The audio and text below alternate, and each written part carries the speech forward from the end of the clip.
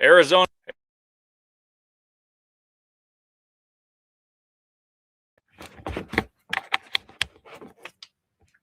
Arizona pulled the state. Sorry for the technical issues right there, but there were no issues for Arizona in dominating Kansas State, both offense and defense. It wasn't close, and it never was going to be. This is Postcast on Locked On Wildcats.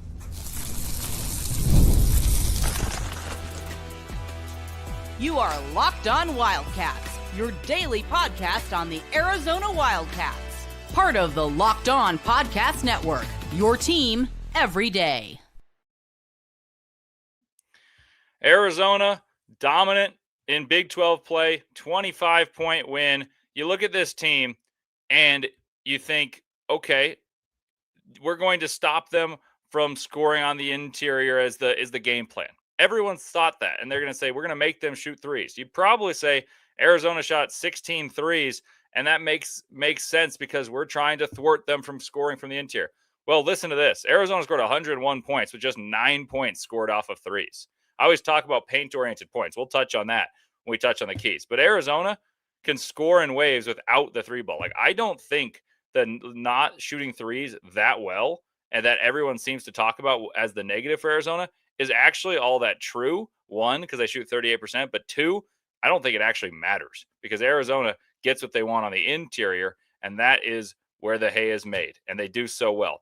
Arizona scores 101, winning 101-76. They kept PJ Haggerty in check. He shot 20 times, scoring just 19 points. We talked about if it's PJ Haggerty versus Arizona, give me Arizona by 20 plus, and sure enough, Bashir, who shoots the ball very well, did not hit a three. Well, that doesn't surprise me because of the impressive defense. Castillo shot 6 threes, just made one. Like, Arizona made it PJ Haggerty versus Arizona, and Arizona made it, we're going to score easy twos, foul out your diminutive bigs. Like, it's an oxymoron right there, but their bigs aren't big other than Buka. And Buka was actually one of their shining stars of this game. But Kansas State, who is a pretty good offensive team, shot 34% from the field and 22% from the three-point line. Arizona defensively is in a different world than Kansas State and is also one of the best defensive teams in the country, bar none, and should look like this in big games. There are going to be teams that trouble Arizona more on the other side where Arizona struggles to score more frequently, but defensively, Arizona's unbelievable. They defend fantastically. So let's get to some of my takeaways. The first one is they scored 101 points with just 9 points coming from three, and they made K-State live and die by the three. Arizona, let's just go through the percentage of this. Arizona shoots 58% from two on the season, and they score 58% of their points from two. And then they shoot the free throw. They score 21% of their points from the free throw line. That is about 70% of the production for Arizona. They score 92 per game, and there you get 72 points from paint-oriented points, right? Arizona is going to score 70-plus every single game because whether they shoot well or poorly, they're going to give themselves enough chances with offensive rebounding. I haven't even gotten to that yet. But even on first chances, they're going to score enough from the interior to stay in any game because their defense is unbelievable. Now you look at what they did in the paint. They had 56 points in the paint and 30 free throws. They scored 86 paint-oriented points. That is more than Kansas State scored as a team. They scored more points from the paint than Kansas State did by shooting 36 threes. Kansas State made 8 of those. That's 24 points. Arizona has a more sustainable recipe. Not to mention, they fouled out 3 Wildcats, dominated the interior to the tune of 55-32 on the glass, 40 defensive rebounds to 20 defensive rebounds, and 15 offensive rebounds added on to that. So they dominated the glass enormously, and they only had 8 turnovers. So basically every possession, they got a shot or two, and were able to convert all those and make Kansas State shoot 34% as a team and 22% from three. Arizona is hard to beat. I didn't think Kansas State stood much of a chance, and I talked about that in my preview because Arizona is huge. Kansas State is not big. Kansas State plays poor defense, and they do not rebound well. Like, I did not think this was going to be a troublesome game, but I was impressed with the ability to put the pedal to the metal. Like, Arizona played hard, determined basketball, and when the game was kind of close in the second half, it felt similar to the Utah, where it's not hanging the balance by any means, but it is closer than maybe you need. All of a sudden, Arizona had a burst and said, yeah, we're the number one team in the country for a reason. And speaking of the number one team in the country, Michigan almost lost against Penn State. They were up big, kind of got complacent. Penn State nearly beat them. Arizona played a team in Kansas State and beat them by 25. That's a big jump in terms of those of you who really care about number one. And the next thing I'll tell you is that Arizona has 2-star freshmen. And my very first show, I talked about Arizona being a team that I think will be top 10 offensively, top 15 rebounding team, top 20 defense, top 15 offensive rebounding team, and top 25 pace. I might be off slightly in those. But the next episode I talked about how Arizona, the way they're built, remind me of Duke of last year because of their sheer size. Duke was the biggest team in the country last year. Arizona's the 7th biggest team in the country this year. The similarity is beyond just the one-to-one, like Krivas would be Malawach and Flag is Pete and Knipple is Burries. But Burries started slowly, and people kind of got on me for that comparison. Well, where are you guys now? Brayden Burries, who I talked about and said, if he just starts shooting the ball, watch out. Well, he doesn't really need to shoot the ball if he's attacking the rim, to the tune of 75% field goal percentage of this game, 28 points and 9 boards, 4 assists. Like, those are all American numbers to have that type of performance frequently as he has. He's had 28 against Alabama as well on 75% from the field, and all 4 of his misses were threes. He's just not shooting the ball well from 3. So what is he going to do? He's going to impact the game defensively, get downhill, and score. Arizona has a host of guys that can impact the game on both sides of the ball. Burries with 28, Krivas, 25 points, living at the free throw line, going 11 of 12 there, 25 points, 12 boards. Koa Pete, I told you guys I thought he'd have more rebounds against a team that's a little bit smaller, and it was a concerningly low number against the prior team in Utah. He only had 2 boards, and I know it's hard to go around. You got Awaka and Krivas swallowing up boards, and all 3 of them had 10-plus boards, and Burries with 9. Like, these guys are monsters on the interior. Pete with 15 and 10 with 4 assists as well. And then Bradley set the table with 9 points, 5 assists, and he defended PJ Haggerty to 19 points on 8 of 20 shooting. And Arizona absolutely dominates Kansas State. And Burries, and I see a comment here. It says Burries, he didn't think he had 28. It wasn't the loudest 28, which is crazy to say because 28 on 75% shooting is pretty loud. Like, if you look at a box score. But I agree, like, there was a lot of turn defense into offense, run out, score a basket, make them shoot a hard shot, long rebound, couple pass, Burries to the paint, and 1. Like, the way Arizona plays is beautiful because it doesn't matter who leads the team in scoring, but what matters is they play together, they defend, and then when they get out and run offensively, they're so hard to stop. I haven't actually looked at this, but I'm curious to see how many points in fast break. So 26 fast break points, and they also had 19 second chance points. I'm huge on possessions. Tommy Lloyd talked about the necessity of playing physical and scoring near the cup, being physical, keeping teams away from the cup. Well, Arizona scored 86 points of points in the paint plus free throws made, and they also had way more possessions, plus 23 on the glass, and they had 19 second chance points and 26 fast break points. Like, that is such a sustainable recipe. Yes, you may not score 101. Yes, you may not win those categories by that much. But the craziest part is Arizona didn't even shoot very well. 49%. That's not good for Arizona, believe it or not. Like, in a lot of the games this season, especially when they've won by 25, they shoot north of 50%. And I think they had a gear that they hit in the middle of this second half and then towards the end where they went on that 14-0 run and then took out the big guns. That is very hard to top. Might be the best A game of them in Michigan of anyone else. And it's so fun to watch. Well, coming up next, I'm going to talk to you about the keys of the game I laid out. And spoiler, Arizona ended up achieving a lot of them, but we'll touch on that in a couple more observations that are not just for this game, but go forward into Big 12 play where there are a lot of good teams, but Arizona, I think, reigns supreme. All that and more on Locked On Wildcats postcast.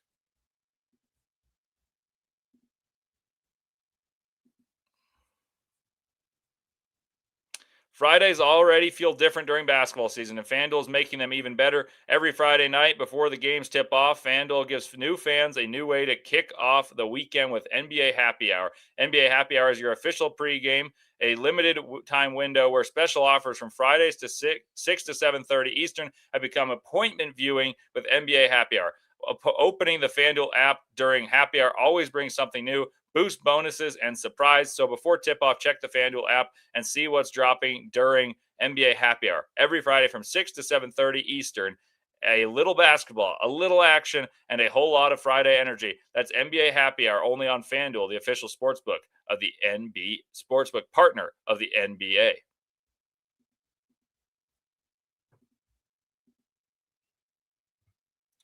Welcome back to Locked On Wildcats, and this is postcast. Arizona 101, Kansas State 76.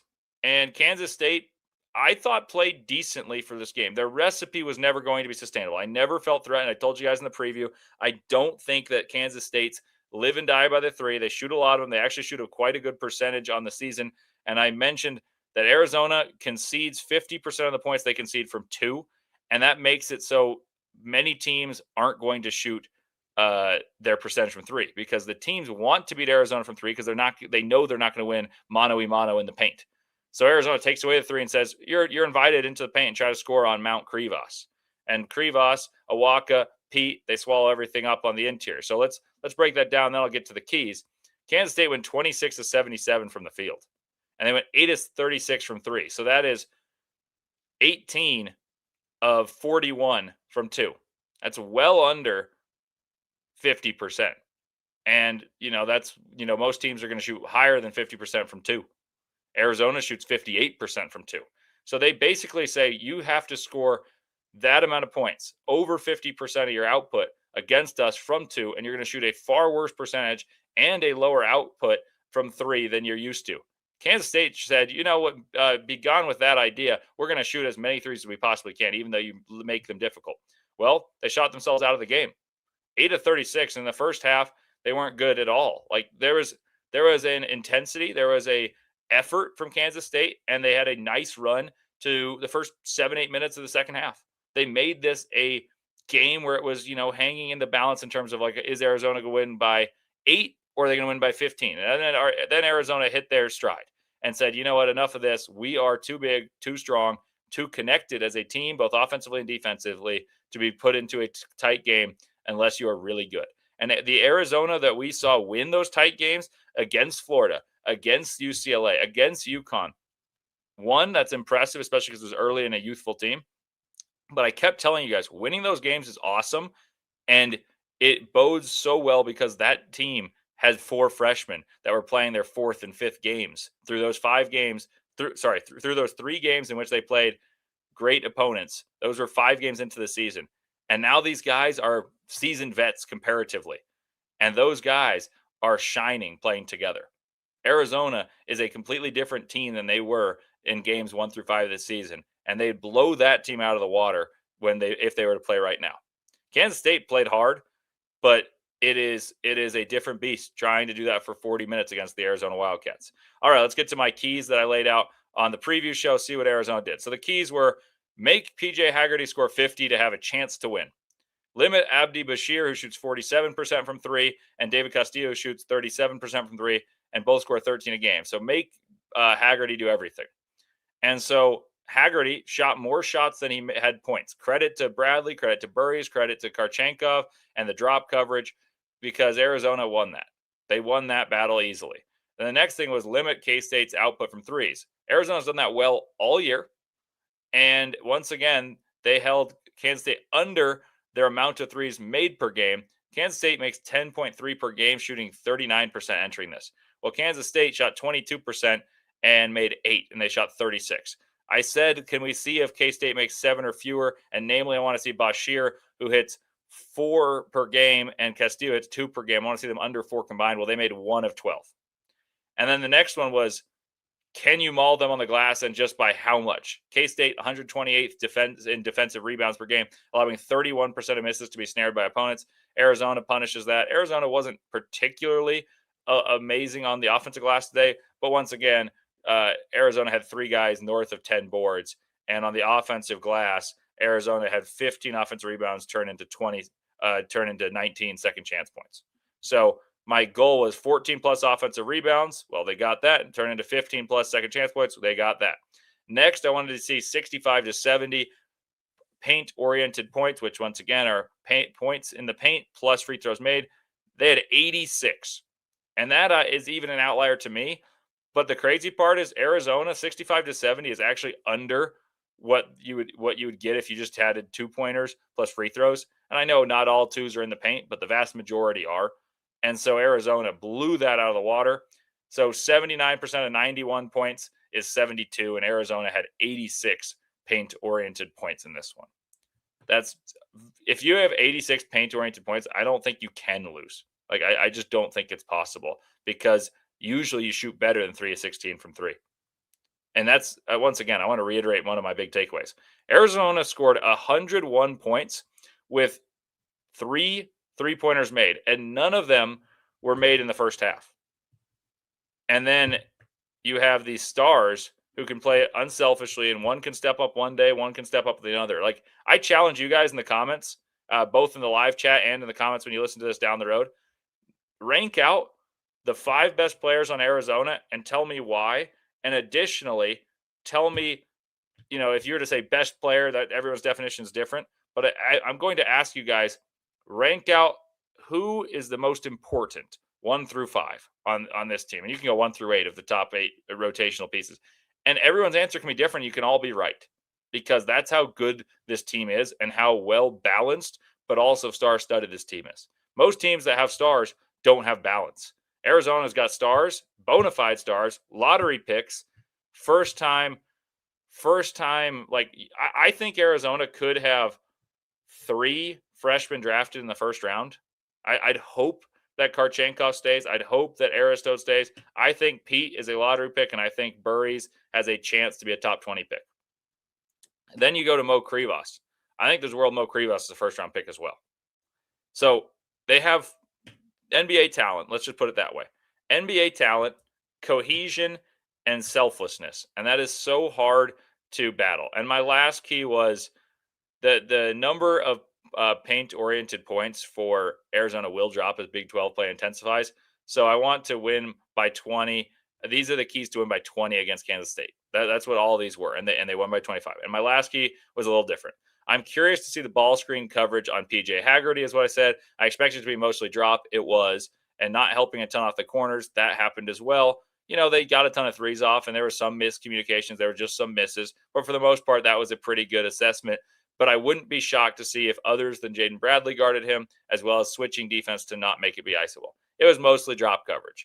But the key I wanted to say, to look at, to see the difference was different defenses and the number of twos attempted by PJ Haggerty, because he lives in the paint, but they're not normal paint shots when you've got Krivas down there. So Haggerty shot 20 shots and he shot 6 threes. So he shot 14 twos, and they were hard. The Arizona made him earn all of his 19 points. This guy scores 23 per game, is the second leading scorer in the nation, and he shot more shots than he did score points.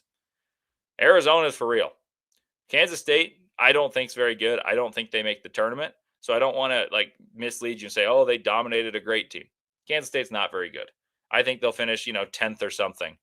But that is something that you can't take for granted. Not every team can win by 20 plus. And I'm going to say 20 plus for Utah. It was 19. But basically, Arizona's won 10 games in a row by 20 plus. That's how good they are. Coming up next, I'm going to talk about what I want to see going into a difficult stretch of Big 12 play where Arizona looks to stay unbeaten. And also, who needs to get on track? I mentioned this in the preview that I thought Anthony Del Orso would have a big game. He did not, but I want to talk about Anthony Del Orso, what other levels Arizona can achieve, and just how great they are compared to the rest of the country. All that and more on Locked On Wildcats postcast.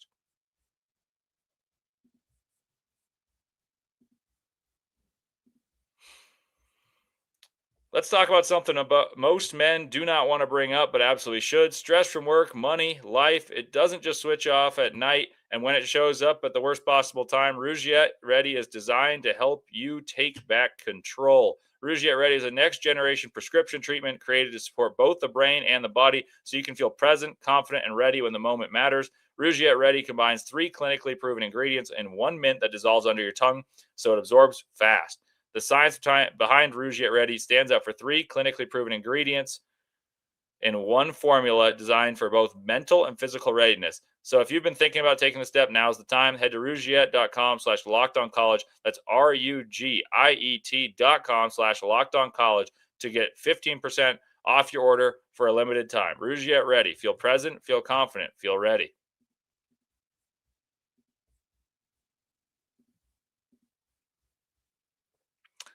Welcome back to Locked On Wildcats postcast. In reading some of your guys' responses, I just saw this. I could not agree more. Anthony Dell'Orso needs to get on track with threes, and when he does, it takes this team to a different level. I agree. I still think he's the best pure shooter on the team, despite the impressive shooting splits for Aristode. Dell'Orso went 2 of 8 from the field and had a 0 of 5 3-point shooting day. Yeah, the ball just didn't fall today from 3. For Arizona. Pete had 1, Bradley had 1, Burries had 1, and the rest of the team, none. Dell'Orso is going to be fine. Dell'Orso is a luxury player. He is a guy that if you have him, you're thrilled. You're thrilled because this guy can start, but if you have him playing as the 7th man, which he is right now, it's gravy when he's hot.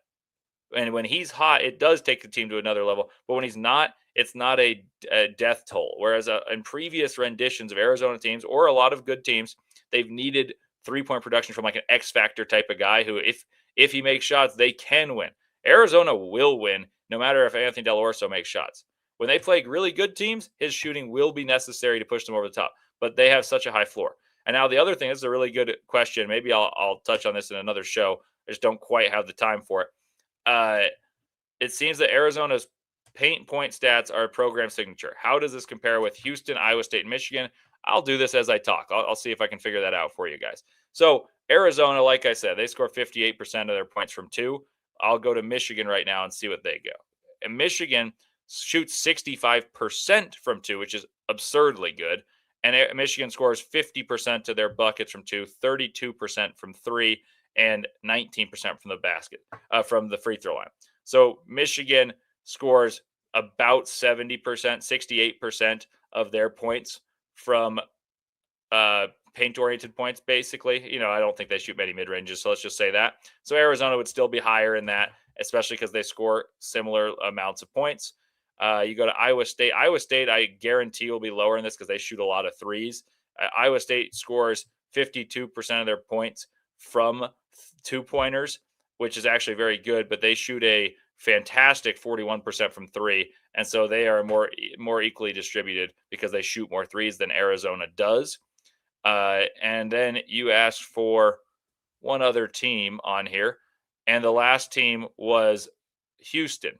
And Houston, I'm curious. I watched them the other day. I'm not terribly impressed with Houston. They're going to be tough as nails, don't get me wrong, but I don't think this is the same Houston team we're used to because they're 27th on offense and 7th on defense, but their 7th feels lower. Like they can strap up for a while, but they don't quite have the physicality that they've had in years past. Houston, to answer your question, scores 50% of their points from 2 and 34% from the 3-point line and just 16% from the free throw line. So that's actually pretty low from the free throw line. But Houston, the reason I felt different about them is they are led by a point guard duo of Kingston Flemings and Milos Uzan. Uzan wants the ball, and he's better with the ball. Flemings is better with the ball. And there's just a bit of a tug of war between those two. And Flemings is the better player, despite Uzan being the upperclassman. And you could say, well, that's great because then you get, like, Uzan was already really good. He was first team all-conference preseason. But fit matters. Chris Senack, 5-star freshman, hasn't quite fit in. Arizona is looking better, and the eye test matters. I know they've won more, they're higher in the analytics, but Houston struggled extremely against a team in Texas Tech that only has one big. And JT Thompson is a heck of a big, but Houston's not usually a team that struggles with that. And they very easily could have lost if it weren't for a takeover from Kingston Fleming, scoring 8 points on what I'd call on 2 of them not great defense and one of them just a ballsy shot. So to me, Arizona, I'll just rank out the Big 12. I really think it's Arizona as number 1. I think Iowa State and Houston are on a similar tier. I think Iowa State's issue that they'll face is Milan Momcilovic is an unbelievable shooter. He is shooting 50+% from 3. That will drop. And as teams have more bodies physically capable of defending Joshua Jefferson, who right now is an All-American first-team candidate, like Koa Pete could guard him. Ivan Karchenkov could guard him. You could even see Tobe Awaka guard him. I think it makes them so much harder to guard when you don't have a body for him. And most of these Big 12 upper echelon teams do. So I think that's the 1 through 3. I think BYU is starting to get better, but their defense I don't trust quite at the same level. I go Texas Tech 5 and Kansas 6. Kansas, Darren Peterson's the best player. Like, I think he'll be the number 1 pick, even if he doesn't play another game. But they don't play well with Darren Peterson because he's missed so much practice. Chemistry and cohesion really, really matter. And Arizona has a perfect balance of star power and cohesion. And they play well on both sides of the ball together. Whereas there are bits and pieces for other teams. They've got snippets of hope. And so I really do think Arizona's signature to tie this all back together, of playing, hey, we're going to be bigger and stronger than the vast majority. We're going to score a ton of points from the interior each and every night. And then we're going to play very difficult to score on defense because we funnel you into our bigs on the inside as well.